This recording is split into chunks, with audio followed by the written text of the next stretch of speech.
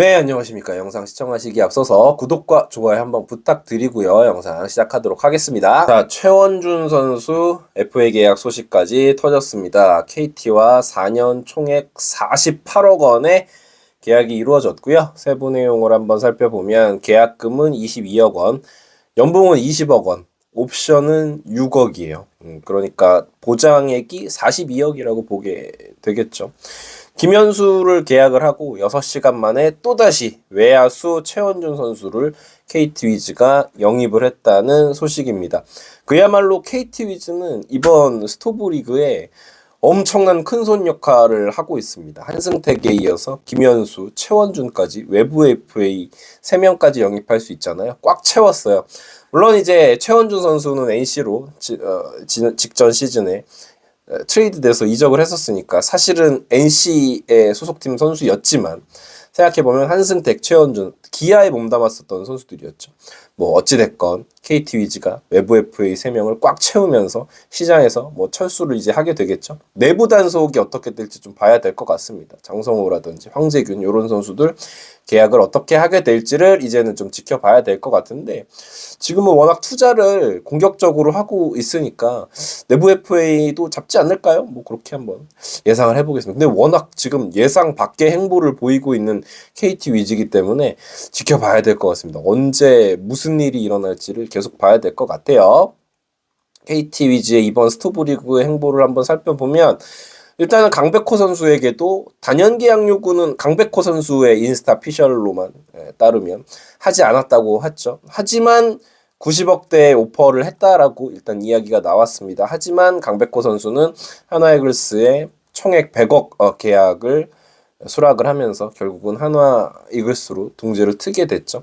결국은 강백호 선수를 잡지 못하게 되면서 KT 위즈 입장에서는 이 최원준이라든지 김현수라든지 외야 자원들을 영입을 하게 되지 않았나라는 생각이 듭니다. 글쎄요, 뭐 여러 가지로 해석할 수 있는 것 같아요. 애초에 뭐 강백호에게 큰 마음이 없었다라는 이야기도 있고 뭐 여러모로 그렇습니다.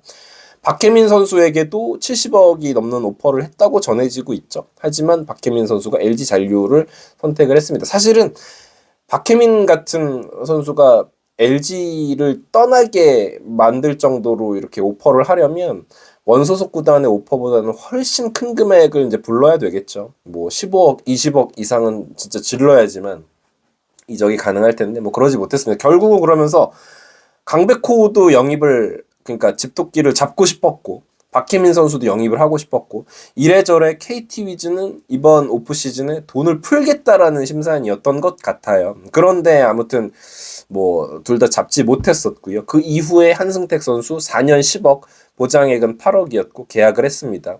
글쎄 한승택 선수도 사실 이번 시즌에 거의 많은 경기를 출전을 하지 못했기 때문에 4년 10억? 나쁘지 않은 한승택 입장에서는 나쁘지 않은 계약인데 라고 생각했었는데 통큰 계약을 했고 김현수 3년 50억도 물론 그 전에 썰은 들리긴 했지만 굉장히 큰 계약이죠. 김현수 선수가 연차가 굉장히 많이 쌓여있는 나이가 굉장히 많은 선수잖아요. 내년이면 38세가 되죠. 한국 나이로 따지면 이제 진짜로 40 가까이 다 돼가는데 그런 김현수 선수에게 전액 보장, 50억 전액 보장의 계약을 안겼다라는 부분 그리고 최원준 선수 4년 48억 그러니까 당초에 예상했던 것보다 훨씬 큰 금액이죠. 최원준 선수가 이번 시즌 굉장히 부진했던 시즌이었기 때문에 공수 양면에서 상당히 좋지 못했었는데 어쨌건 그 선수에게 보장 42억 계약을 안겼다라는 건 KT 위즈가 뭔가 이번 스토브 리그에 작정을 했다. FA 시장을 정말 쇼핑을 거하게 하기로 작정을 하고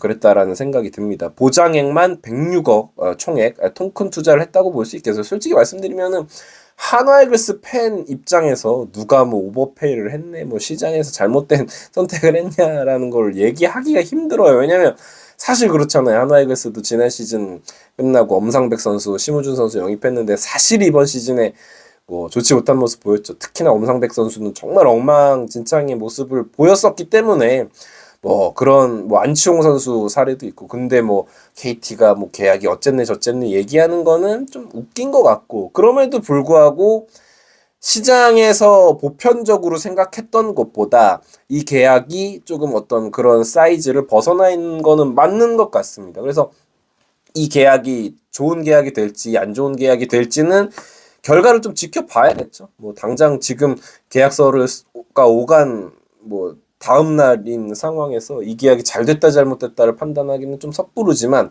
어쨌거나 세간의 평가만 놓고 봤을 때는 야, 이런 계약을 한다고 이런 시각이 이제 많이 존재를 하는 것 같아요.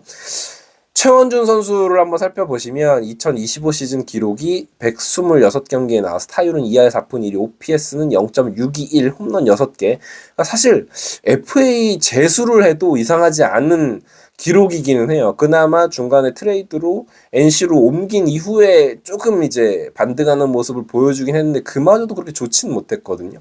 WAR 놓고 보면 0.68 마이너스입니다. 근데 이거는 스태티즈 기준이에요. 워낙 스태티즈가 수비 가중치가 좀 오락가락한 느낌이 있어서 네이버 기준도 가져왔습니다. 네이버 기준 WAR은 1.17. 뭐 사실 네이버 기준 1.17도 그렇게 훌륭한 수치라고는 보기 힘들잖아요.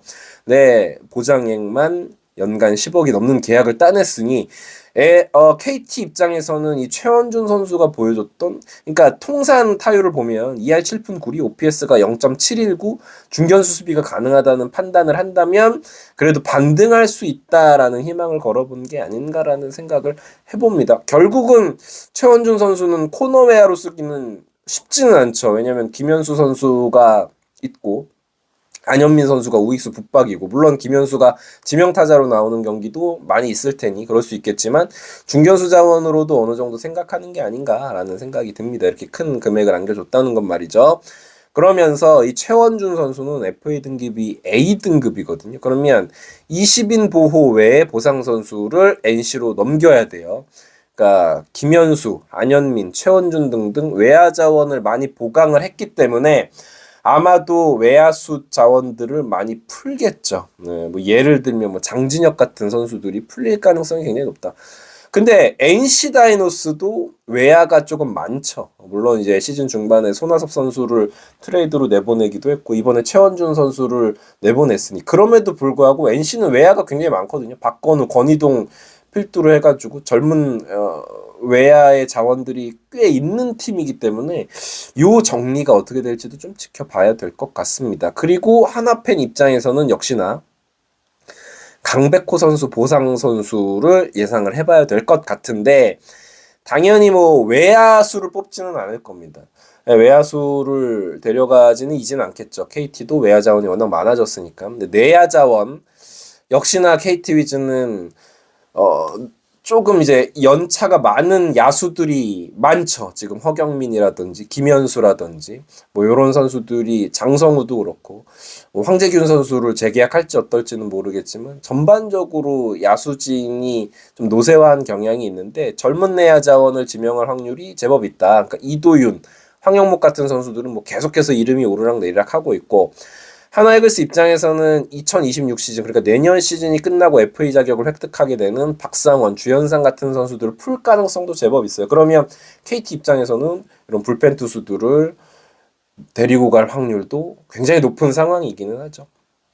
그러니까 의외의 스토브리그 최대의 큰 손이 지금 KT 위즈가 됐습니다. 사실 저도 김현수 선수 계약 영상을 올리고 업로드하고 딱 2분 있다가 이 최원준 선수 계약 뉴스가 터져가지고 이거를 참, 뭐 잠깐 숨 좀 돌릴 것 같으면은 KT 위즈가 뉴스들을 뻥뻥 터트리고 있어가지고 어떻게 보면 재밌죠. 또 다른 팀 이렇게 영입하는 모습을 보면 재밌는데 이게 이제 한화이글스랑 연관이 없지는 않아요. 보상 선수 관련해서 뭐 연관이 있기 때문에 어떤 선수가 한화이글스에서 KT 위즈로 옮겨가게 될 것인지도 좀 지켜봐야 될 것 같고, KT 위즈의 이런 행보들이 내년 시즌 어떤 결과로 이어지게 될지도 좀 지켜봐야 될 것 같습니다. 예, 영상 여기까지고요. 감사합니다. 이글스 에브리데이였습니다.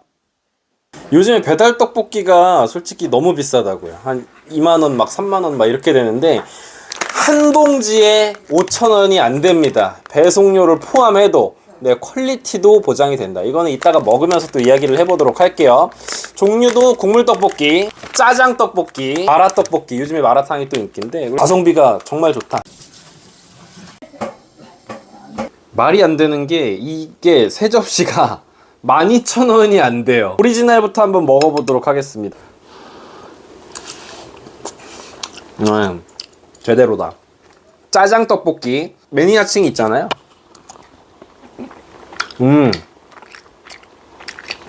맛있다. 그리고 요즘 대세 마라맛. 저는 마라탕을 되게 좋아해가지고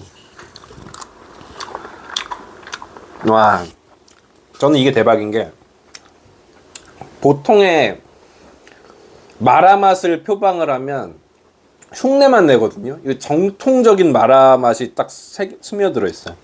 저는 그렇다 치는데 그러면은 어른분들 입맛은 어떨지 60대 저희 장인어른 한번 모셔봤습니다. 아버님 여기 오리지널 떡볶이 한번 먹어보도록 하겠습니다. 일반이니까 그냥 요거는 짜장? 마라. 냄새가 확 납니다.